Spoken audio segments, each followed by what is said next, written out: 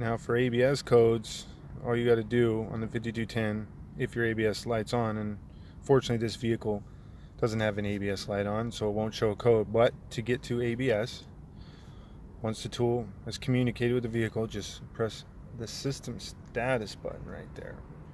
And you can obviously go back to your check engine, which is global OBD2, or you just scroll down to ABS, hit the enter button. It's going to make sure this is your vehicle. Just hit yes, and it connects to my ABS, and as you see, no ABS DTCs. If there was an ABS code, it would get one that usually starts with C for the chassis system.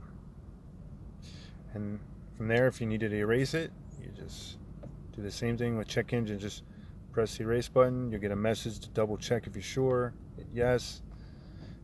If it will say successful. Now, if the code was permanent, you won't be able to erase it. You'll get a message sent.